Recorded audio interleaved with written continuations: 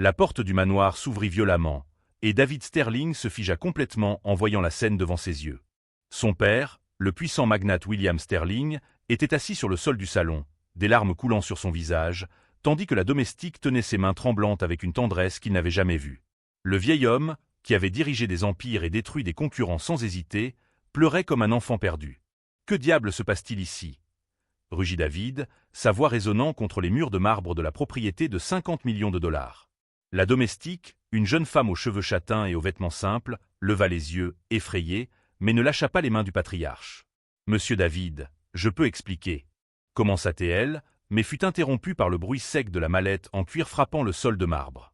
David était revenu de Londres 3 jours plus tôt que prévu. Sa dernière acquisition d'entreprise avait spectaculairement échoué, coûtant à Sterling Industries plus de 200 millions de dollars, et il avait besoin de la signature de son père sur des documents urgents pour éviter une catastrophe financière encore plus grande. Jamais il n'aurait imaginé trouver l'homme le plus redouté de Wall Street dans un tel état de vulnérabilité. « Helena, c'est bien ça ?» demanda David en s'avançant lentement vers eux, ses chaussures italiennes résonnant dans le silence tendu. « Vous travaillez ici depuis combien de temps ? 3 semaines ? 1 mois ? 2 mois, monsieur, répondit-elle d'une voix ferme, malgré la peur visible dans ses yeux. Votre père faisait une crise d'anxiété. Il avait perdu ses repères et... Anxiété. David laissa échapper un rire amer. William Sterling n'a pas d'anxiété. William Sterling provoque l'anxiété chez les autres. Il s'accroupit à côté de son père, remarquant pour la première fois les changements drastiques dans l'apparence de l'homme. Les cheveux blancs étaient en désordre, la peau pâle, et les yeux qui autrefois brillaient d'une ambition féroce semblaient maintenant perdus et confus. « Papa, que se passe-t-il » demanda David en posant la main sur l'épaule de son père, mais William ne réagit pas. Il continuait de fixer Helena, comme si elle était la seule ancre au milieu d'une tempête. Helena hésita avant de parler. « Monsieur David, votre père a traversé quelques difficultés depuis le petit accident vasculaire cérébral qu'il a eu il y a 2 mois. Les médecins ont dit que c'était normal. Il se montre parfois confus, surtout quand il est seul. Un AVC. » Le mot sortit de la bouche de David comme un coup de feu. Quel AVC ? Personne ne m'a rien dit à propos d'un AVC. Le silence qui suivit fut assourdissant. Helena baissa les yeux, manifestement mal à l'aise avec la révélation qu'elle venait de faire. William Sterling restait étranger à la conversation, murmurant des mots incompréhensibles tout en serrant les mains de la domestique comme si elle était son salut. David sentit le monde tourner autour de lui. Pendant 8 mois, il s'était concentré exclusivement sur l'expansion des affaires familiales en Europe, ignorant complètement les appels manqués de son père et déléguant toute la responsabilité de la maison aux employés. La culpabilité commença à lui ronger l'estomac comme de l'acide. « Pourquoi ne m'avez-vous pas appelé » demanda-t-il, sa voix plus basse, presque un murmure. « J'ai essayé, monsieur. Plusieurs fois. Mais la secrétaire disait toujours que vous étiez en réunion importante et qu'on ne pouvait pas vous déranger avec des questions domestiques. » Le souvenir frappa David comme un coup de poing dans l'estomac. Il se rappelait vaguement les messages de Margaret, son assistante, mentionnant des appels du manoir, mais il les avait toujours ignorés. Les questions domestiques étaient insignifiantes quand des millions étaient en jeu dans des négociations internationales. « Depuis combien de temps est-il comme ça » demanda David, observant son père essayer de former des mots qui ne sortaient pas. « Les premiers signes sont apparus peu après que j'ai commencé à travailler ici. De petits trous de mémoire, des moments de confusion. Mais ces dernières semaines, cela s'est beaucoup aggravé. Parfois, il ne me reconnaît pas. D'autres fois, il appelle le nom de sa femme. » David ferma les yeux avec force. Sa mère était morte il y a 15 ans, et William Sterling n'avait jamais montré le moindre signe de faiblesse émotionnelle depuis. Voir l'homme qu'il croyait indestructible réduit à cet état était comme assister à l'effondrement d'une montagne. Et les autres employés ? L'infirmière que j'avais engagée ? L'infirmière a été renvoyée il y a 3 semaines. Votre père disait qu'elle était trop dure et a refusé de travailler avec elle. Depuis, je m'occupe de lui seul. Helena aida William à se relever du sol, le guidant doucement jusqu'au fauteuil en cuir où il avait l'habitude de lire le Wall Street Journal chaque matin. L'homme se laissa conduire docilement, faisant totalement confiance à la jeune domestique. « Il mange régulièrement ?» demanda David, remarquant pour la première fois à quel point son père semblait plus maigre. « Pas toujours. Certains jours, il oublie qu'il doit manger. Je prépare de petits repas tout au long de la journée et je reste avec lui jusqu'à être sûr qu'il ait avalé quelque chose. » David observa Helena ajuster la couverture sur les jambes de son père avec un soin maternel. Il y avait quelque chose dans la manière dont elle le traitait, sans pitié, mais avec une véritable compassion, qui toucha une partie de son cœur qu'il avait enterrée depuis longtemps sous des couches d'ambition et de froideur d'homme d'affaires. « Vous avez de la famille » demanda-t-il brusquement. « J'ai une petite fille. Elle reste avec ma voisine pendant que je travaille. Et vous laissez votre fille pour prendre soin d'un étranger. » Elena leva les yeux pour la première fois depuis son arrivée, et David vit dans ses yeux quelque chose qui le surprit. Ce n'était ni la peur ni la soumission, mais une détermination inébranlable. « Votre père n'est pas un étranger pour moi, monsieur David. Il m'a raconté des histoires sur vous quand vous étiez enfant. À quel point il était fier quand vous gagniez les compétitions de natation à l'école. La première fois que vous avez dit vouloir travailler avec lui dans l'entreprise. » David sentit un nœud lui serrer la gorge. Il avait complètement oublié ses souvenirs, absorbé qu'il était par la pression constante de dépasser les attentes paternelles et de prouver sa valeur dans le monde des affaires. « Il parle de vous tous les jours, » continua Elena, sa voix douce mais ferme. Même quand il est confus sur d'autres choses, il se souvient toujours du fils qu'il admire. Les mots frappèrent David comme des lames tranchantes. Quand avait-il réellement parlé pour la dernière fois avec son père d'autre chose que du travail? Quand s'était-il simplement assis à ses côtés, sans agenda ni objectif professionnel? À cet instant, observant Elena organiser les médicaments de William dans de petits récipients, David comprit qu'il se passait dans ce manoir une histoire bien plus grande. Une histoire qu'il avait complètement manquée en étant trop focalisé sur la conquête du monde et pas assez sur la préservation de ce qui comptait vraiment. La domestique pauvre qu'il venait de trouver en train de s'occuper de son père milliardaire cachait des secrets qui allaient bouleverser tout ce qu'il pensait savoir sur la famille, la loyauté et le véritable sens de la richesse. Et si vous appréciez cette histoire de transformation et de découverte surprenante, n'oubliez pas de vous abonner à la chaîne pour suivre tous les développements émouvants qui sont encore à venir. 3 jours après la rencontre dévastatrice, David Sterling ne parvenait pas à se sortir de la tête l'image de son père, l'homme qui n'avait jamais montré de faiblesse, tenant les mains d'une domestique comme si elle était son seul lien avec la réalité. Il avait passé les 72 dernières heures plongées dans des dossiers médicaux, des conversations avec des neurologues et une enquête minutieuse sur Elena Rodriguez. Ce qu'il découvrit le laissa encore plus intrigué. Elena avait grandi du côté sud de Chicago, fille d'immigrants qui travaillaient en double journée pour financer son éducation. Elle s'était diplômée en soins infirmiers, mais n'avait jamais exercé officiellement la profession par manque de ressources pour obtenir les certifications nécessaires. Elle avait travaillé comme aide-soignante privée pendant 5 ans avant d'être engagée par Sterling Industries via une agence de services domestiques. Mais il y avait des lacunes dans son parcours qui n'avaient aucun sens. Des périodes de 6 mois sans aucun enregistrement d'emploi. Des références qui, lorsqu'elles étaient vérifiées, conduisaient à des numéros déconnectés ou à des adresses inexistantes. Monsieur Sterling. La voix de Margaret, son assistante, le ramena à l'instant présent. Il se trouvait dans le bureau de la maison, entouré de papiers et de rapports médicaux. Un homme insiste pour vous parler. Il dit que c'est au sujet de la domestique. David leva la tête, intéressé. Faites-le entrer. L'homme qui entra dans le bureau semblait tout droit sorti d'un film noir. Grand, mince, avec un costume bon marché ayant vu des jours meilleurs et des yeux qui semblaient calculer la valeur de tout autour de lui. Il y avait quelque chose de prédateur dans sa posture qui mit immédiatement David en alerte. « Monsieur Sterling, je m'appelle Thomas Beck. Je travaille comme détective privé depuis 15 ans. » Il s'assit sans y être invité, posant un dossier jauni sur la table en acajou. « Je crois que nous avons quelque chose d'important à discuter concernant Elena Rodriguez. » Continuez. Beck ouvrit le dossier, révélant des photographies et des documents. « Votre domestique n'est pas celle qu'elle prétend être. Elena Rodriguez est un nom qu'elle a adopté il y a 2 ans. Son vrai nom est Isabella Santos, et elle a un passé intéressant. » David prit l'une des photographies. C'était Elena, mais plus jeune, vêtue d'un uniforme d'hôpital et sortant d'un bâtiment qu'il reconnut comme étant l'hôpital général de Chicago. Son expression sur la photo était tendue, presque désespérée. « Elle a été renvoyée de l'hôpital pour vol de médicaments, » continua Beck, sa voix chargée de satisfaction malicieuse. « De la morphine, spécifiquement. Ils ont affirmé qu'elle vendait pour subvenir à ses dépendances personnelles, mais je soupçonne qu'il y avait autre chose derrière cette histoire. » Vous soupçonnez quoi? Sa fille, Monsieur Sterling. L'enfant a une maladie rare nécessitant des médicaments extrêmement coûteux. Des médicaments qu'elle ne pouvait pas se permettre d'acheter avec le salaire d'infirmière. David sentit son estomac se nouer. L'image d'Elena prenant soin de son père avec tant de dévouement commença à prendre de nouvelles dimensions. Vous suggérez qu'elle a volé des médicaments pour sauver sa fille. Je l'affirme. Et il y a plus. Beck fit glisser un autre document sur la table. Après avoir été renvoyée, Elle a travaillé pour 3 familles riches comme aide-soignante privée. Dans ces 3 maisons, des objets de valeur ont disparu. Il n'a jamais été prouvé qu'elle était impliquée, mais les coïncidences sont suspectes. David étudia les documents avec un inconfort croissant.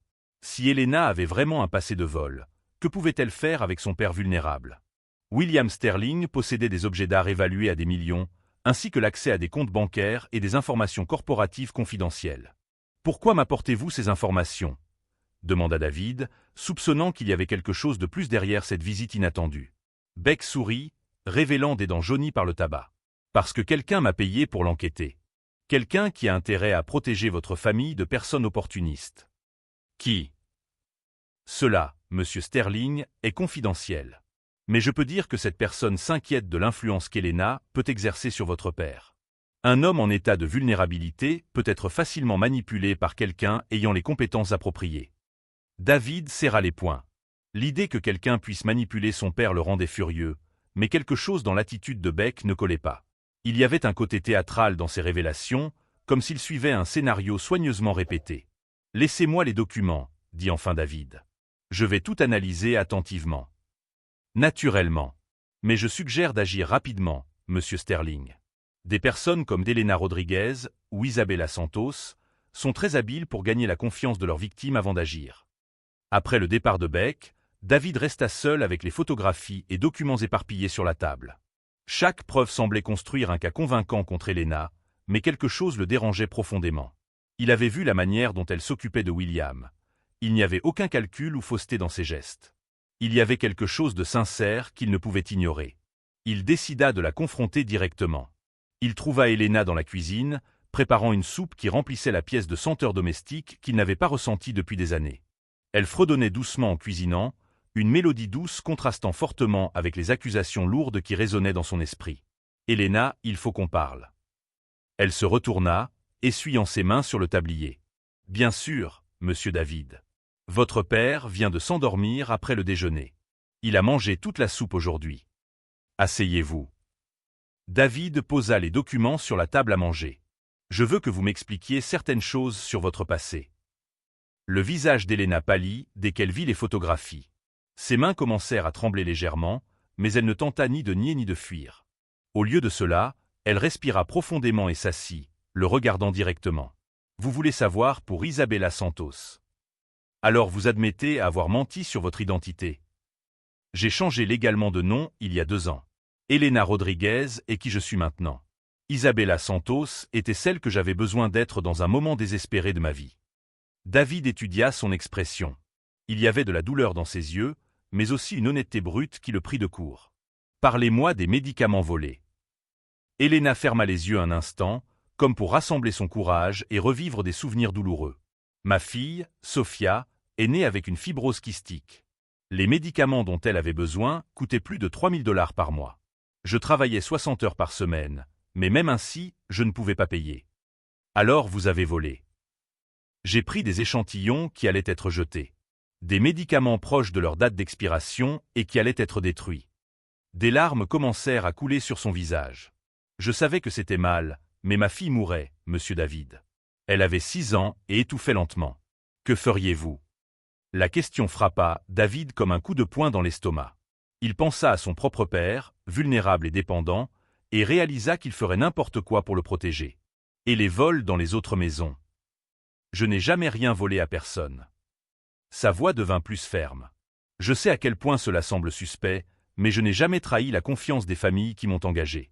Si des objets ont disparu, ce n'est pas de ma faute. » David l'observa attentivement, cherchant des signes de mensonge dans son langage corporel. Mais tout ce qu'il voyait était une mère désespérée ayant commis une erreur pour sauver sa fille. « Pourquoi ne m'avez-vous pas dit cela avant ? » « Parce que je savais que vous me renverriez immédiatement. Et votre père a besoin de moi, Monsieur David. Il a vraiment besoin de moi. » À ce moment, comme convoqué par la conversation, William Sterling apparut à l'entrée de la cuisine. Il portait un peignoir de soie et des pantoufles, les cheveux encore en désordre après la sieste de l'après-midi. « Helena » appela-t-il, sa voix faible mais claire. « Où étais-tu ? Je me suis réveillé et tu n'étais pas là. » Helena se leva immédiatement, essuyant ses larmes et s'approchant de lui. « Je suis là, Monsieur William. Je parlais juste avec votre fils. » William regarda David comme s'il le voyait pour la première fois. « David, tu es à la maison ?»« Oui, papa. Je suis arrivé il y a quelques jours. »« Tant mieux. » William sourit, mais c'était un sourire confus, distant. « Elena m'a dit que tu voyageais pour affaires. Elle me dit toujours où tu es. » David sentit un autre nœud dans la gorge. Elena avait maintenu la mémoire de son fils vivante dans l'esprit confus de son père, même quand lui-même avait oublié de garder le contact. « Viens, monsieur William, » dit Elena doucement. « Nous allons retourner au salon. Il est l'heure du thé de l'après-midi. » Alors que David observait Elena guider son père avec une patience infinie, une nouvelle question surgit dans son esprit. Qui avait réellement engagé Thomas Beck pour l'enquêter? Et pourquoi? Les réponses, soupçonnait-il, révéleraient une conspiration bien plus grande qu'il ne l'imaginait. David Sterling passa toute la nuit éveillé, analysant chaque détail de l'enquête de Thomas Beck. Quelque chose ne collait pas, et son intuition d'homme d'affaires, celle qui avait fait de lui l'un des hommes les plus riches d'Amérique avant 30 ans, criait qu'il manquait des pièces au puzzle. À 5 heures du matin, il décida d'agir. Il appela Marcus Shen, le meilleur enquêteur privé qu'il connaissait, un ancien agent fédéral qui avait aidé Sterling Industries dans des affaires d'espionnage industriel. Si quelqu'un pouvait découvrir la vérité sur Elena et sur qui se cachait derrière les accusations, c'était Marcus. « J'ai besoin de tout sur une femme nommée Elena Rodriguez, auparavant Isabella Santos, » dit David lorsque Marcus décrocha le téléphone. « Et je veux savoir qui a engagé un enquêteur nommé Thomas Beck pour l'enquêter. Ça va coûter cher, Sterling. Ce genre d'enquête croisée n'est pas bon marché. L'argent n'est pas un problème. Je veux les informations pour demain soir. » Pendant qu'il attendait les résultats de l'enquête, David décida d'observer Elena de plus près. Sans qu'elle le sache, il commença à travailler de la maison, prétextant la nécessité de s'occuper des affaires après l'échec à Londres. Ce qu'il vit dans les jours suivants le surprit complètement. Elena arrivait chaque jour à 6 heures du matin, 1 heure avant l'horaire officiel. Elle apportait toujours une petite mallette isotherme avec de la nourriture maison, non seulement pour William, mais aussi de petites portions supplémentaires qu'elle offrait discrètement au jardinier et à la femme de ménage. Lorsqu'elle pensait que personne ne regardait, elle vérifiait minutieusement chaque pièce de la maison, non pas pour chercher des objets de valeur à voler, mais pour s'assurer que tout était sûr pour William. David la vit enlever les tapis glissants, réorganiser les meubles aux angles dangereux et même installer des barres d'appui dans la salle de bain. Tout cela avec ses propres moyens. Encore plus impressionnant était la routine qu'elle avait établie avec William. Chaque matin, elle l'aidait à s'habiller en préservant sa dignité intacte. Elle lui lisait des extraits du Wall Street Journal, adaptant les nouvelles complexes en langage simple lorsqu'elle remarquait qu'il était confus. Et toujours, elle parlait de David, racontant des histoires sur les réussites professionnelles du fils, maintenant vivante la connexion entre père et fils même en son absence physique. « Votre fils a conclu un accord de 200 millions en Europe, » disait-elle en aidant William à prendre son café. « Il a hérité de votre intelligence pour les affaires, monsieur William. » David, caché derrière la porte de la cuisine, sentit sa poitrine se serrer. Elena mentait, l'accord avait échoué, mais elle le faisait pour protéger la fierté et le bonheur de son père. Le 3e jour d'observation, David fut témoin de quelque chose qui changea complètement sa perspective. William eut un autre épisode de confusion, plus sévère cette fois. Il se mit à crier, cherchant sa femme décédée, disant qu'il y avait une réunion importante et qu'il ne pouvait pas être malade. Elena tenta de le calmer, mais il devint agressif, la poussant et criant qu'elle était une étrangère essayant de l'empoisonner. Toute personne normale aurait appelé une ambulance ou simplement reculé. Mais Elena fit quelque chose d'extraordinaire. Elle s'agenouilla sur le sol, au niveau des yeux de William, et commença à chanter. C'était la même mélodie que David l'avait entendue fredonner dans la cuisine, mais cette fois il reconnut la chanson. C'était une berceuse que sa propre mère chantait quand il était enfant. Comment Elena pouvait-elle connaître cette chanson? Peu à peu, William se calma. Les larmes remplacèrent la colère, et il permit à Elena de le ramener dans le fauteuil. Elle resta à ses côtés pendant 2 heures, tenant sa main et fredonnant doucement jusqu'à ce qu'il s'endorme. David sortit de sa cachette, profondément touché par ce qu'il venait de voir. « Comment connais-tu cette chanson ?» Elena sursauta, mais ne tenta pas d'inventer des excuses. « Votre père me l'a enseignée. Il m'a dit que votre mère la chantait pour vous quand vous étiez petit. J'ai découvert que cette chanson le calme quand il s'agite. Il s'en souvient. Parfois. La mémoire est étrange, monsieur David. Il peut oublier où il est ou qui je suis, mais il n'oublie jamais l'amour qu'il avait pour sa famille. » Cet après-midi-là, Marcus Shen appela avec les premiers résultats de son enquête. « Sterling, vous n'allez pas aimer ce que j'ai trouvé. » La voix de Marcus semblait tendue au téléphone. Elena Rodriguez est exactement qui elle dit être. Oui, elle a été renvoyée pour avoir pris des médicaments, mais il y a bien plus dans l'histoire. Les médicaments qu'elle a pris étaient littéralement des échantillons destinés à la poubelle. L'administration de l'hôpital le savait, mais ils avaient besoin d'un bouc émissaire car ils étaient eux-mêmes enquêtés pour d'autres irrégularités. Continuez. Concernant les vols dans les maisons où elle a travaillé, tous ont été commis par une même personne. Une femme nommée Carmen Vasquez, qui travaillait pour la même agence de services domestiques. Carmen volait de petits objets de valeur et disparaissait, laissant les autres employés suspects. Elena a été victime, pas coupable. David ressentit à la fois soulagement et culpabilité. Et Thomas Beck? Qui l'a engagé? Là, c'est intéressant. Beck a été engagé par un avocat représentant Victoria Sterling. Le nom frappa David comme un éclair. Victoria Sterling était sa belle-mère, la deuxième épouse de William, mariée 3 ans après la mort de la mère de David. Le mariage avait duré seulement 2 ans, se terminant par un divorce amer lorsque Victoria découvrit qu'elle n'hériterait de rien si William mourait, puisque tout le patrimoine était placé dans une fiducie irrévocable pour David. Victoria a tenté de contester le testament de votre père pendant des années, continua Marcus. Apparemment, elle a découvert son état de santé et a vu une opportunité. Si elle parvient à prouver que William est manipulé ou abusé, elle peut argumenter qu'il est inapte à prendre des décisions sur sa propriété. Et Elena est la cible parfaite, murmura David, comprenant le plan diabolique. Une domestique au passé douteux s'occupant d'un homme vulnérable. Exact. Victoria comptait sur le fait que vous croiriez aux accusations et renverriez Elena. Sans soins appropriés, l'état de votre père se détériorerait rapidement, lui donnant une base légale pour contester sa compétence mentale. David raccrocha le téléphone, la colère bouillonnant dans ses veines. Victoria Sterling avait toujours été une femme calculatrice et ambitieuse, mais utiliser la vulnérabilité de son père comme arme franchissait toutes les limites.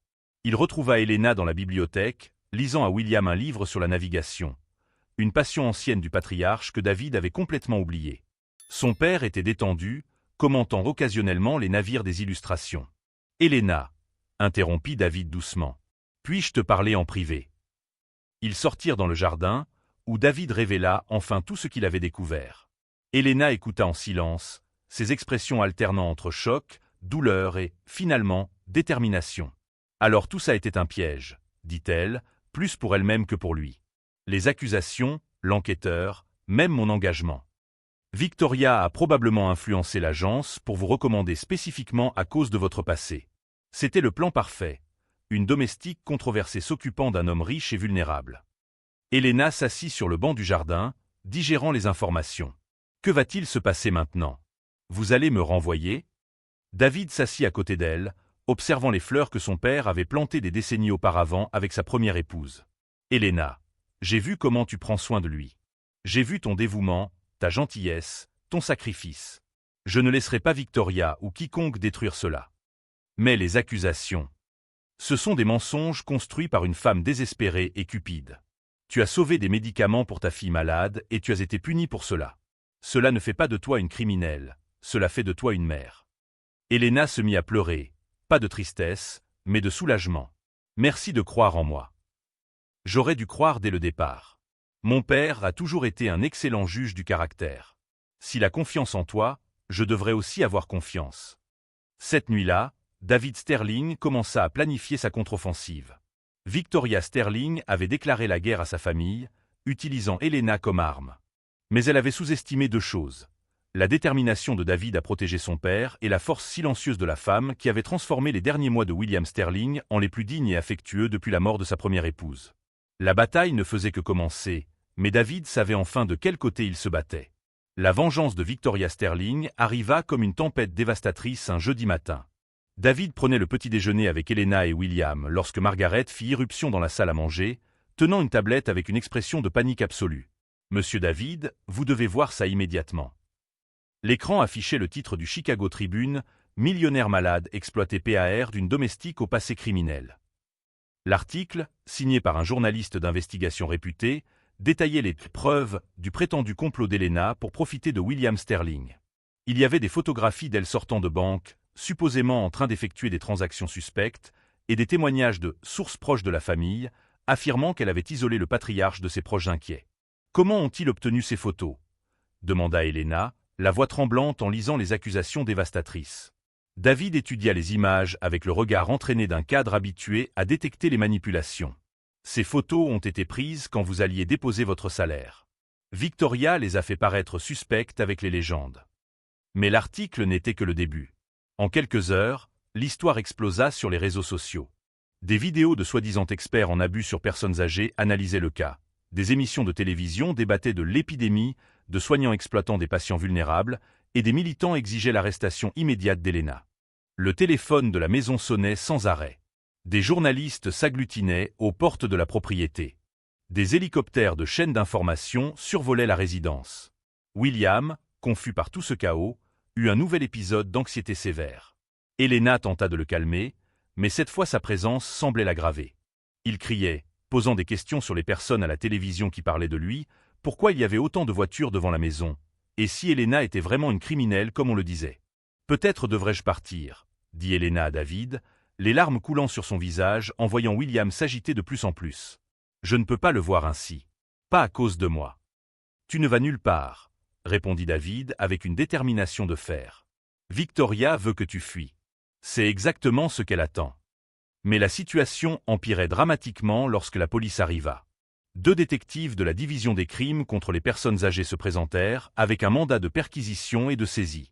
Ils avaient reçu une plainte officielle alléguant qu'Elena commettait des abus financiers et émotionnels contre William Sterling. « Mademoiselle Rodriguez, nous avons besoin que vous veniez avec nous pour déposer, » dit le détective principal, ses menottes déjà visibles à sa ceinture. « Elle ne partira nulle part sans avocat, » intervint David, se plaçant protecteur devant Elena. « Monsieur Sterling, nous avons des preuves de transactions financières suspectes et de multiples plaintes concernant le traitement inapproprié de votre père.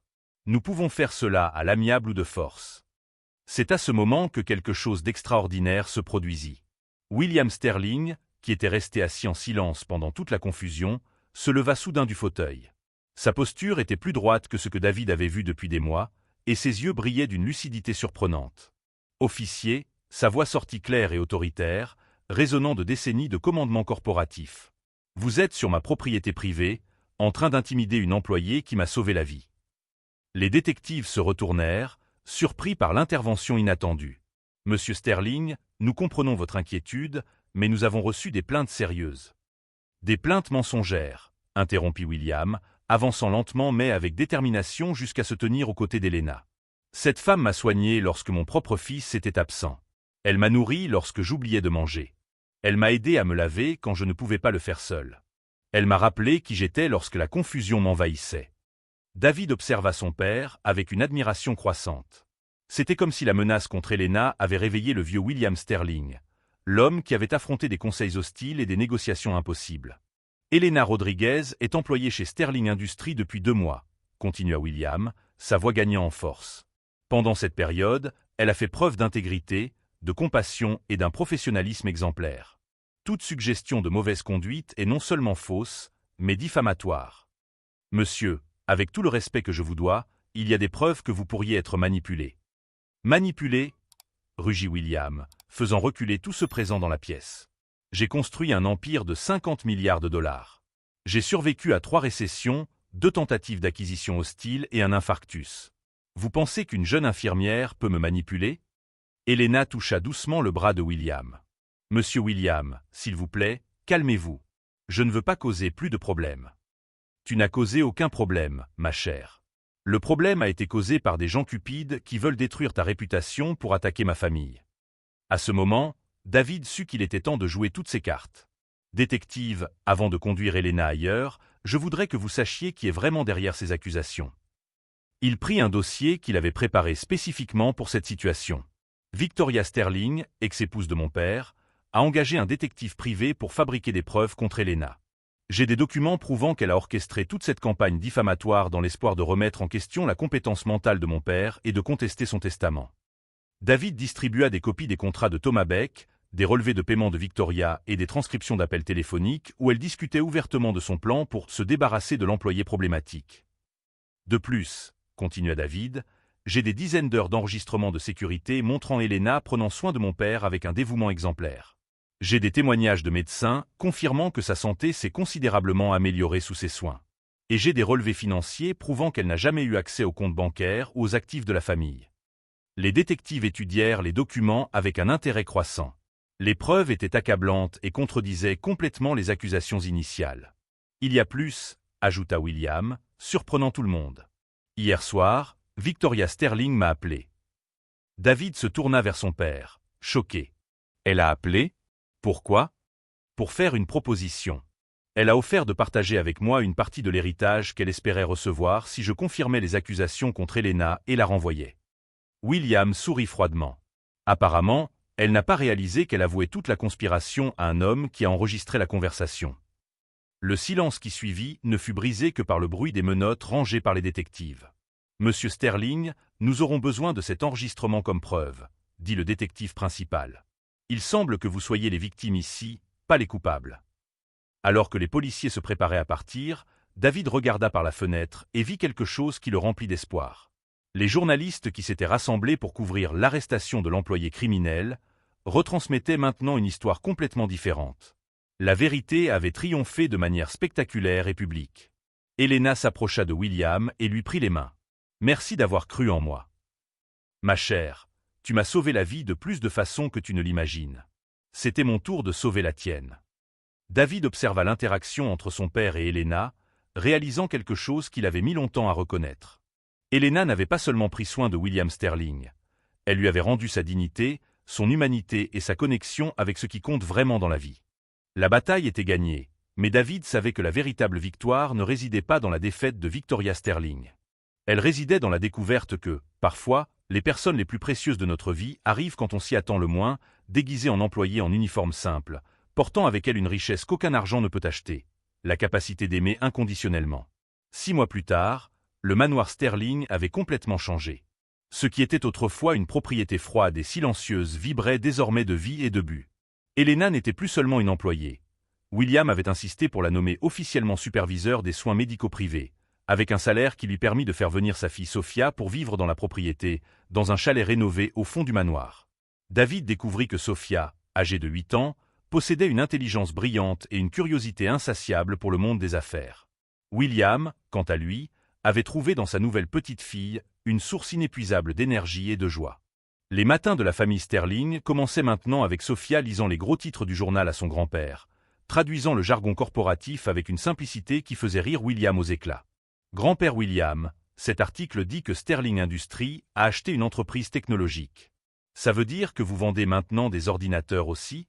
demanda Sophia pendant le petit déjeuner, sa voix résonnant dans la salle à manger qui autrefois n'entendait que des discussions tendues sur les rapports trimestriels. « Pas exactement, ma chérie, » répondit William, ses yeux brillant d'une lucidité de plus en plus constante. « Nous avons acheté la technologie qu'ils avaient développée.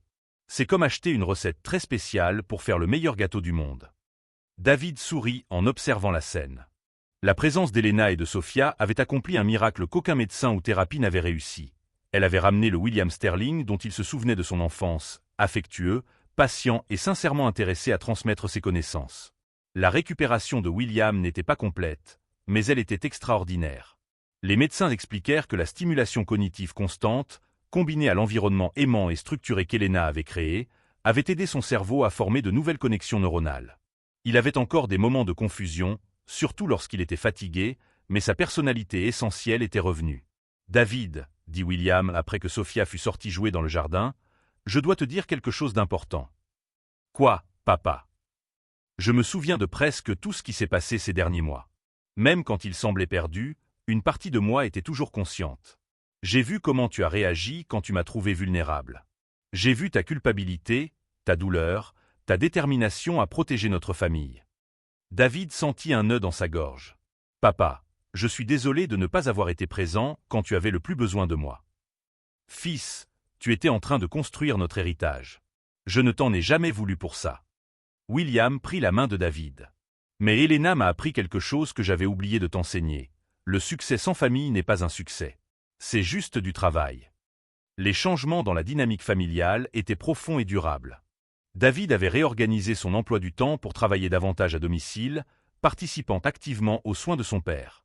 Il découvrit que certaines de ses meilleures décisions commerciales survenaient pendant les promenades du soir qu'ils faisaient ensemble dans les jardins de la propriété.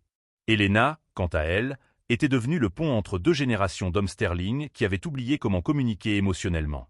Elle organisait des dîners hebdomadaires où 3 générations se retrouvaient, William, David, elle et Sophia, créant des traditions familiales qui n'avaient jamais existé dans la maison. « Tu sais, » dit Elena à David lors de l'une de ces soirées, en rangeant la cuisine après le dîner, « ton père m'a dit que ta mère avait toujours rêvé de transformer cette maison en un foyer rempli de rires d'enfants. » Elle disait que les maisons trop grandes restent vides sans amour pour les remplir, répondit David, surpris de se souvenir de la phrase exacte de sa mère après tant d'années. Elle avait raison. Sophia m'a dit hier qu'elle n'avait jamais été aussi heureuse. Avoir une vraie famille était tout ce qu'elle voulait. David observa Elena essuyer la vaisselle avec des mouvements efficaces et affectueux. Au cours des derniers mois, il avait développé des sentiments pour elle bien au-delà de la gratitude professionnelle. Elle était intelligente, forte, compatissante et avait littéralement sauvé sa famille.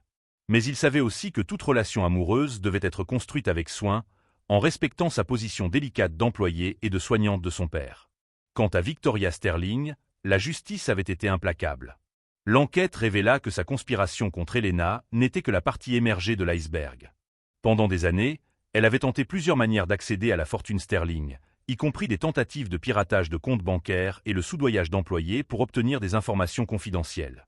Thomas Beck, le détective privé, coopéra pleinement avec les autorités en échange d'une peine réduite, fournissant des preuves détaillées de toutes les activités illégales de Victoria. L'ex-épouse de William fut condamnée à 8 ans de prison pour conspiration, diffamation, tentative de fraude et extorsion.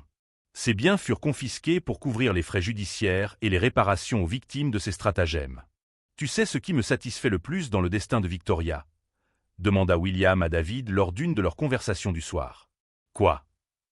Ce n'est pas la prison ni la perte d'argent. C'est le fait qu'elle n'a jamais compris ce qui compte vraiment. Elena n'avait que un diplôme d'infirmière et un passé compliqué, mais elle possédait quelque chose que Victoria n'a jamais eu, un cœur authentique. La transformation de David fut peut-être la plus profonde de toutes. L'homme qui était revenu de Londres comme un cadre froid et uniquement axé sur les profits avait redécouvert l'importance des relations humaines. Il mit en place des politiques chez Sterling Industries qui privilégiaient le bien-être des employés, créa un fonds d'aide médicale pour les familles des travailleurs et prit personnellement le temps de connaître les noms et les histoires des principaux collaborateurs de l'entreprise. Elena m'a appris que le véritable leadership ne consiste pas à commander les gens, expliqua David à un groupe de jeunes cadres lors d'une conférence à l'Université de Chicago. Il s'agit de prendre soin des personnes qui ont confiance en vous. Mon père a construit un empire, mais a failli perdre une famille. J'ai failli commettre la même erreur. Elena était dans le public ce jour-là, tenant la main de Sophia, toutes deux fières de l'homme que David était devenu. Lors de la session de questions-réponses, une jeune étudiante demanda quel était le secret du succès de Sterling Industries. « Le secret, » répondit David en regardant directement Elena, « c'est de ne jamais oublier que derrière chaque chiffre dans un tableau, il y a une personne avec une histoire, une famille et des rêves qui méritent d'être respectés. » Après la conférence, David, Elena et Sophia se promenèrent sur le campus de l'université. Sophia courait devant eux, s'arrêtant pour observer chaque bâtiment avec la curiosité typique d'un enfant. « Elle étudiera ici un jour, » dit Elena en regardant sa fille avec amour. « Si elle le veut, » répondit David. « Mais je suis sûr que, peu importe ce qu'elle choisira de faire, elle aura le même cœur extraordinaire que sa mère. » Elena rougit au compliment, mais ne dit rien. Il y avait une tension croissante entre eux, une attraction mutuelle qu'ils ressentaient tous les deux mais qui n'avaient pas encore pleinement explorée. « David, » dit Elena lorsque Sophia fut suffisamment loin pour ne pas entendre, « tu sais que je serai toujours reconnaissante pour tout ce que ta famille a fait pour nous. » Elena, tu as sauvé ma famille. Littéralement. Tu as ramené mon père à moi et m'a appris ce qui compte vraiment dans la vie. La gratitude devrait être pour moi.